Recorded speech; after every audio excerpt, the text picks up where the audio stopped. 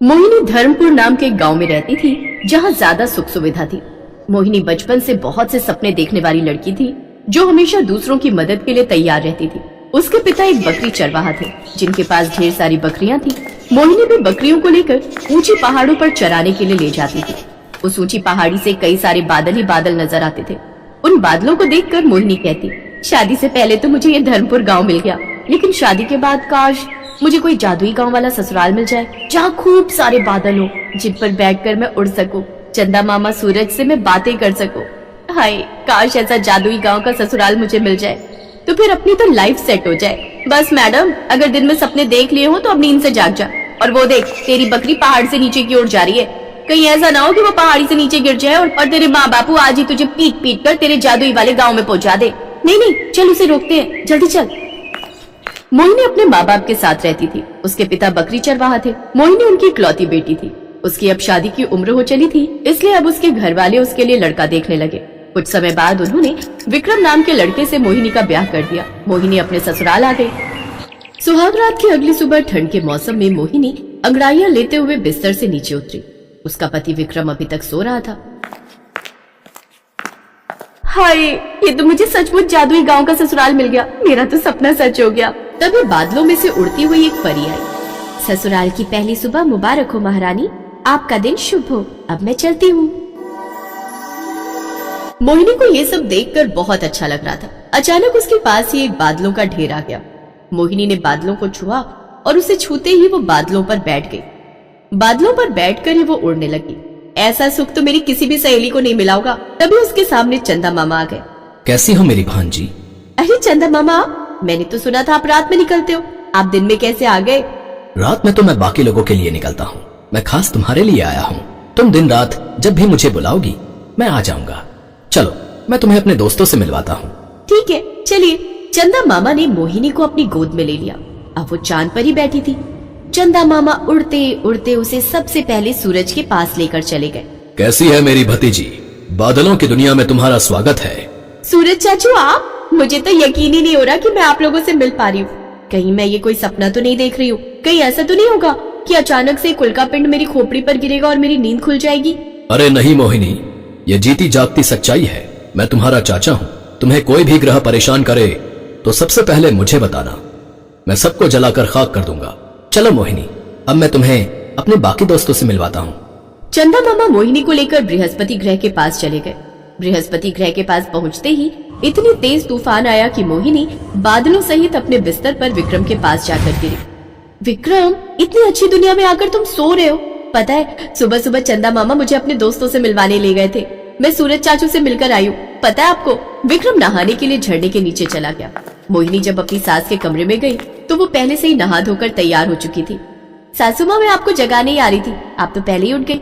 हाँ बहू, हमारे पास बस 2 दिन का समय है इस जादुई गांव में रहने का, इसलिए मैं कोई भी अवसर नहीं गंवाना चाहती। अच्छे से इस जादुई गांव में रह लेती हूँ, फिर तो हमें अपनी उस गरीबी की दुनिया में वापस लौटना ही है। ये क्या कह रही हो सासू माँ? हाँ बहू, तू भूल गई क्या?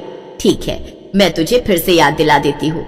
बेटा, हम लोग बहुत गरीब थे, एक टूटी फूटी झोपड़ी में रहते थे। तेरी नई नई शादी हुई थी और बाहर कोहरा गिर रहा था, बर्फ गिर रही थी। सुहाग रात की अगली सुबह जैसे ही तूने घर का दरवाजा खोला, वैसे ही बाहर तेज तूफान आ रहा था। सारे लोग उड़ उड़कर इधर उधर गिर रहे थे। लोगों के घर तबाह हो रहे थे, फिर भी तू बिना डरे उन्हें बचाने के लिए निकल गई।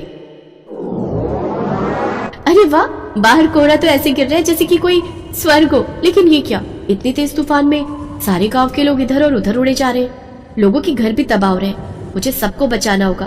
तभी मोहिनी ने देखा कि एक बच्ची उड़कर नीचे खाई में गिरने जा ही रही थी, लेकिन मोहिनी ने उस बच्ची को बचा लिया और खुद खाई में गिर गई। बचाओ बचाओ, अरे कोई तो मुझे बचाओ। तभी उस खाई में बहुत सारे बच्चे गिरते हुए आए जो मोहिनी के ऊपर ही गिर गए। मोहिनी को काफी चोट लग गई। सारे बच्चे रोने लगे। दीदी, पूरा गाँव उड़ गया, हम लोग खाई में गिर गए, अब हम लोग मर जाएंगे ना।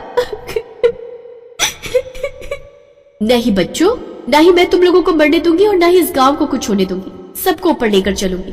मोहिनी ने उन सभी बच्चों को अपनी साड़ी में बांध लिया और धीरे धीरे पहाड़ चढ़ने लगी। तूफान मोहिनी को ऊपर नहीं आने दे रहा था, लेकिन मोहिनी की हिम्मत के आगे वो तूफान भी उसे हरा न सका और अंततः मोहिनी उन बच्चों को बचाकर फिर से ऊपर पहाड़ी पर बने गांव में आ गई। बिटिया, तुमने तो आज वो काम कर दिया जो इस गांव के मर्द भी नहीं कर सके। ये सब देखकर गांव वालों को बहुत खुशी हुई। थोड़ी देर बाद जब तूफान शांत हुआ, गांव वालों, आप लोग जल्दी जल्दी अपने घरों में जाओ और अपने घरों को ठीक करो। मोहिनी, माँ, चलो मेरे साथ। विक्रम, मोहन और उसकी माँ सड़क पर आ चुके थे। उनका घर टूट चुका था। धीरे धीरे रात हो गई और वो किसी जंगल में तंबू बनाकर रहने लगे। विक्रम, हमने तो हमेशा सबके साथ अच्छा किया, फिर हमारे साथ ही अच्छा क्यों नहीं हुआ? उन गांव वालों ने हमारे बारे में सोचा तक नहीं। उन्होंने ये जानने की कोशिश भी नहीं की कि हम कहाँ रहेंगे। ऊपर वाले, क्या यही है तेरा न्याय?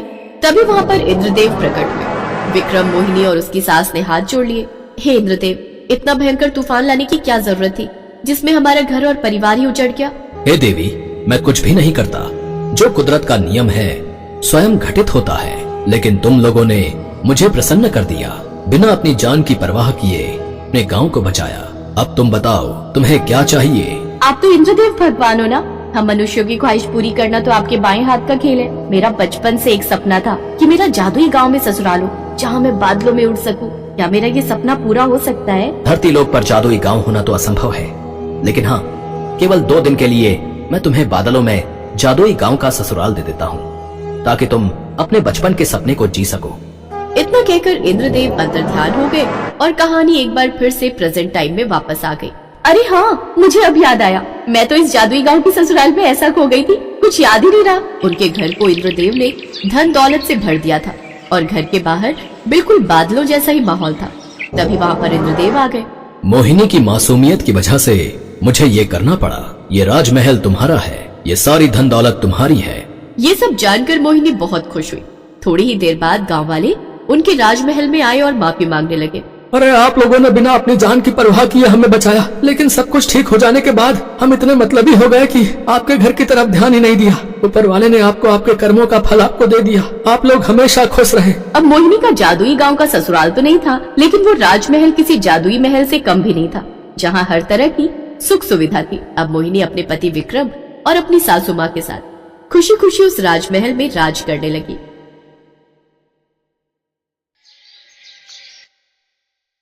आ जाओ भाभी, आराम से। सुरेखा, ये ले, नेक तो तूने मांगा ही नहीं।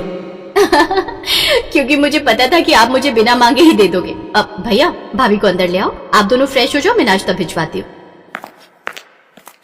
अरे, तू भी थोड़ा आराम कर ले, हमारा नाश्ता पानी भाभी देख लेंगी। भाभी, भाभी। अरे चुप हो जाओ भैया, दोनों भाभियां बहुत थक गई थी तो सो रही हैं। अच्छा, और तू नहीं थकी क्या? ओहो भैया, बस आप लोगों के लिए नाश्ता भिजवाकर मैं भी जा रही हूँ सोने। चलो अब आप यहाँ टाइम वेस्ट मत करो, जाओ भाभी को अंदर ले जाओ। सुरेखा की जिद करने पर विष्णु अपनी नई नवेली दुल्हन कविता को लेकर अपने कमरे में चला गया और सुरेखा उन दोनों के लिए नाश्ता तैयार करने लगी। और फिर कुछ घंटों के बाद बहुत बढ़िया नींद आई। सुरेखा, एक कप चाय तो पिला दे। जी भाभी, बस अभी लाई।